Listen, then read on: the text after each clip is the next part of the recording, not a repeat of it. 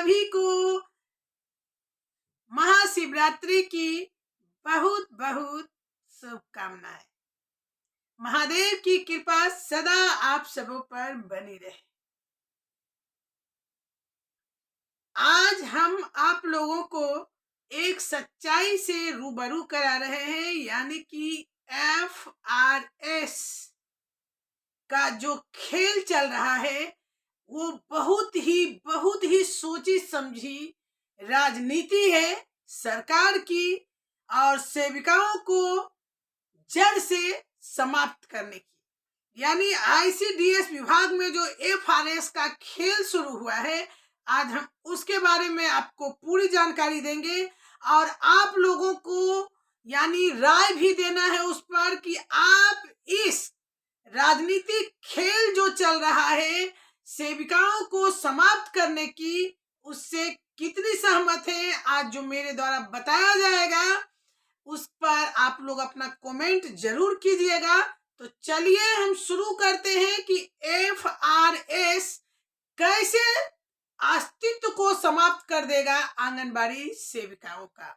आप लोग बिल्कुल गौर से ध्यान से सुनिएगा और जरूरत है आंगनबाड़ी संगठनों को एक होकर इसके खिलाफ लड़ाई लड़ने की, क्योंकि अब जो है अगर इसमें इस लड़ाई को नहीं जीत पाती है तो समझिए कि आंगनबाड़ी सेविकाओं का अस्तित्व एक बार खतरे में है। ये बातें मैं नहीं कह रही हूँ, ये हर उन अभिभावकों के बात थे जो इस बातों को मुद्दे को समझ रहे हैं। तो चलिए, अगर मैं इसके बारे में आपको पूरी जानकारी दूं, लेकिन इससे पहले अगर आप हमारे चैनल पे नए हो तो चैनल को सब्सक्राइब कर ले, क्योंकि इस चैनल का नाम ही है सेविकाओं की आवाज।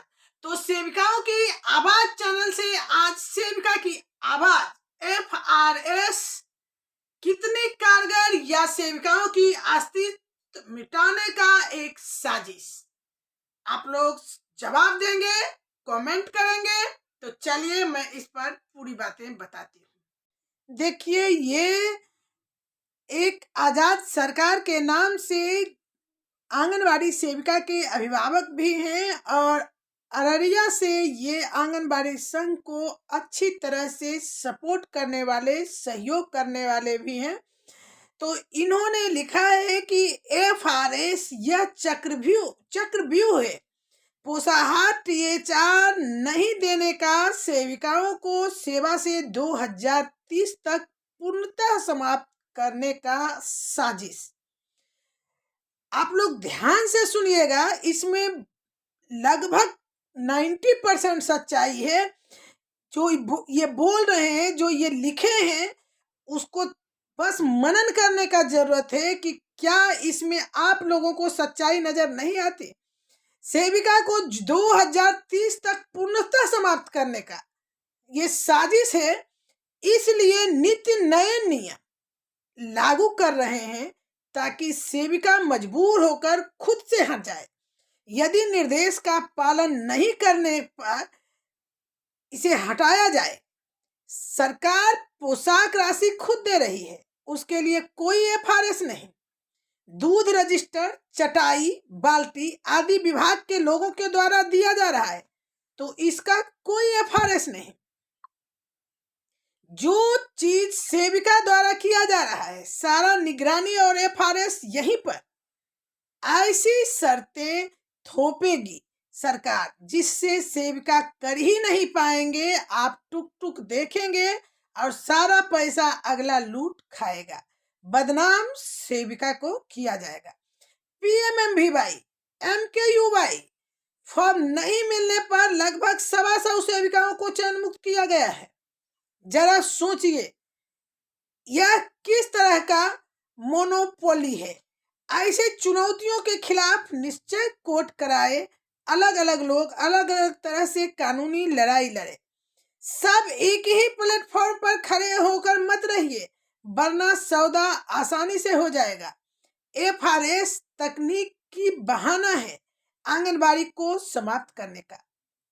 अगर ऐसा नहीं है, ध्यान से सुनिएगा, अगर ऐसा नहीं है तो THR DBT के माध्यम से दे, पूरक पोषाहार सेविका को दे, जो कि आंगनबाड़ी केंद्र पर खाना बनाया जाता है, गर्म पका पोषाहार।